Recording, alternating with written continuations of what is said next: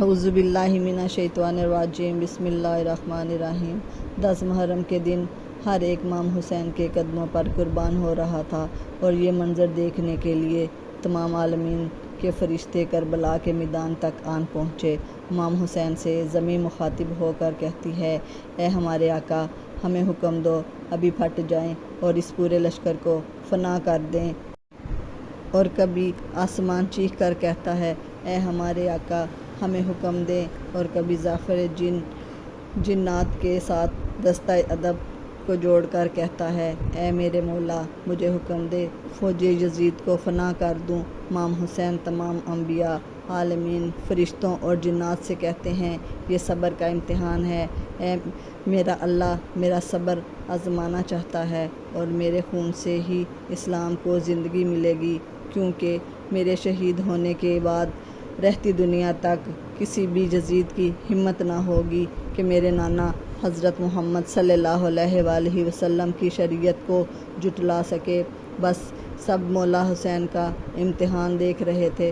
امام حسین علی اکبر کے سینے سے پرچھے نکالتے ہیں، اور کبھی اپنے 6 ماہ کے بچے کو قربان کر رہے ہیں۔ جب آپ کے ساتھ کوئی نہ رہا، آپ خیمہ میں آتے ہیں اور بیویوں کو الوداع کہتے ہیں۔ امام ساجد کو وصیت کرتے ہیں کہ اسلام کے لیے گردن بھی کٹ جائے تو تکلیف برداشت کرنا، لیکن قدم قدم پر اپنے نانا کی رسالت کی گواہی دیتے رہنا۔ بس جیسے ہی بیویوں کو الوداع کہا اور اپنے زلجنا کو حکم دیا، اے میرے گھوڑے، مجھے میدان میں لے چل، زلجنا آگے نہ بڑھا۔ آپ امام حسین زلجنا کے قدموں کی طرف دیکھا کہ آپ کی بیٹی سکینہ زلجنا کے پیروں میں لپٹی ہوئی ہے۔ آپ نے اتر کر اپنی بیٹی سے فرمایا، اے میری بیٹی سکینہ، اپنے بابا کو الوداع کہہ دو۔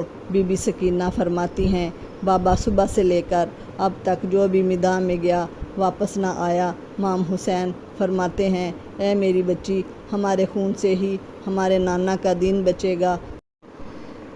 صبر کرو۔ آپ یتیمی کا بوسہ دیتے ہوئے میدان میں آئے، آوازیں بلند فرماتے ہیں، اے لوگو، میں رسول اللہ کا نواسہ حسین ہوں، فاطمہ کا بیٹا ہوں، علی کا لال ہوں، جس کے لیے اللہ کے رسول بار بار فرماتے تھے، حسین من و من الحسین، میرا خون رسول اللہ کا خون ہے، اور میرا گوشت رسول اللہ کا گوشت ہے۔ مجھے قتل کرنا چاہتے ہو؟ کیا میں نے شریعت کی ترمیم کی ہے؟ کسی انسان کا غضب کیا ہے؟ کیوں میرے بچوں کو مارا؟ کیوں 3 دن سے ہمیں پیاسا رکھا؟ فوج یزید ایک آواز بلند کہتی ہے، ہم سب تجھے تیرے بابا علی کے بغض میں قتل کرنا چاہتے ہیں۔ پھر آپ فرماتے ہیں، آج جو اسلام کا پرچم ہاتھ میں بلند کر کے کھڑے ہو، یہ پرچم میرے بابا علی نے بلند کیا تھا۔ خیبر و خندق میں اگر میرے بابا علی نہ ہوتے تو اسلام کو فتح ناممکن تھی۔ آج اس علی کو یہ صلہ دے رہے ہو کہ اس کی اولاد کو اس بیابان میں بھوکا اور پیاسا کر کے قتل کر رہے ہو۔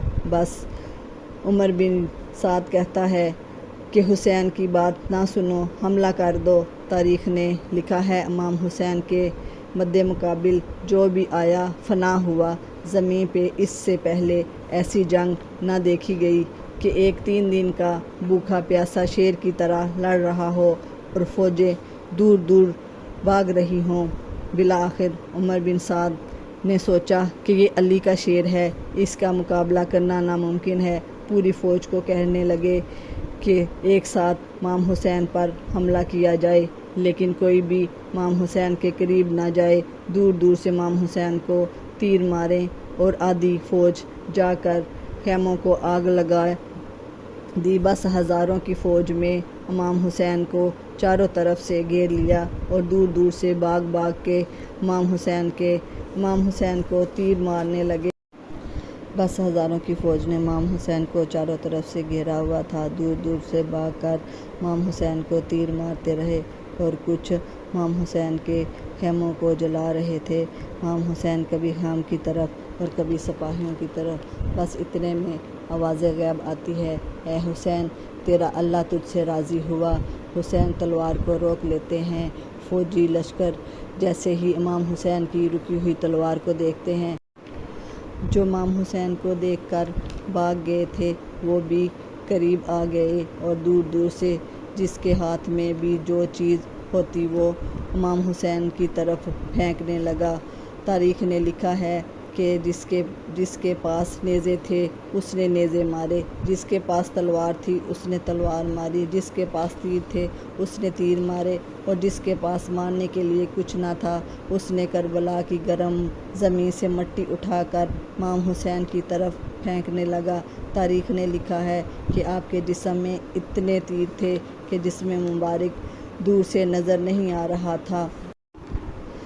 آپ کے جسم مبارک پر تیر ہی اتنے تھے کہ نہ آپ زمین پر تھے نہ آپ گھوڑے کی زین پر تھے، آپ تیروں کے مسلح پر تھے۔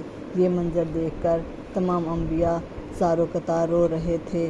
بس جو ہی امام حسین کا سر کاٹنے کے لیے قریب آئے، امام حسین کے چہرے میں ان کو رسول اللہ کا چہرہ نظر آئے اور وہ چیخ کر دور چلا جائے۔ بس شمر نے کہا یہ کام مجھ سے ہونا ہے۔ شمر قریب آیا، امام حسین کے سر سے ماما اتارا اور آپ کے بالوں میں ہاتھ ڈال کر تلوار گلے پر رکھ کر پہلی ضرب چلائی۔ حضرت آدم علیہ السلام رسول اللہ سے فرماتے ہیں یا رسول اللہ آگے میں نہیں دیکھ سکتا۔ دوسری ضرب چلائی، حضرت نوح علیہ السلام فرماتے ہیں یا رسول اللہ آگے میں نہیں دیکھ سکتا۔ تیسری ضرب چلائی تو حضرت ابراہیم علیہ السلام فرماتے ہیں یا رسول اللہ میں تو اپنے بیٹے کی قربانی کے وقت بھی اپنی آنکھوں پر پٹی باندھ لی تھی، آگے میں نہیں دیکھ سکتا۔ ضرب چلتی رہی اور ایک وقت ایسا آیا کہ اللہ کے رسول نے آنکھیں بند کر لی اور فرمایا اے علی اب آگے میں نہیں دیکھ سکتا۔ بس ایک وقت ایسا آیا کہ علی نے بھی آنکھیں بند کر لیں اور بی بی فاطمہ سے فرمایا فاطمہ آگے میں نہیں دیکھ سکتا، تو جان اور تیرا بیٹا۔ بی بی فاطمہ زہرا مقتل میں دیکھتی ہیں کہ شمر مسلسل امام حسین کے گلے پر خنجر چلا رہا ہے۔ آپ قریب آتی ہیں اور دونوں ہاتھ امام حسین کی گردن پر رکھ دیتی ہیں اور فرماتی ہیں اے شمر نہ مار میرے بچے کو، نہ مار، میں نے چکیاں پیس کر اس کو پالا ہے، تیرے رسول کا نواسا ہے، لیکن افسوس۔ شمور مسلسل حسین کے گلے کو کاٹتا رہا۔ شمور نے دیکھا امام حسین کے لب مسلسل ہل رہے ہیں، سوچا کہ حسین ہمیں بددعائیں دے رہے ہوں گے۔ قریب آ کے جب سنا تو امام حسین فرماتے ہیں اے اللہ میرے بچوں کی قربانی قبول کر، میرے عزیز وقار کی قربانی قبول کر۔ میں تیرا شکر کرتا ہوں تو نے اپنے محبوب کے نواسے حسین کو اس معزز امتحان کے لیے چنا، میری قربانی قبول کر، تو عظیم ہے، عظمت والا ہے۔ اگر میری 70 جانیں بھی ہوتی تو میں وہ بھی تمہارے نام اور تیرے اسلام پر قربان کر دیتا۔ سلام ہو اہل محمد پر، سلام ہو یا رسول اللہ کے خاندان پر، جنہوں نے اتنی تکلیفیں برداشت کر کے قیامت تک اسلام کو زندہ رکھا۔ سلام ہو حسین کو، سلام ہو حسین کو۔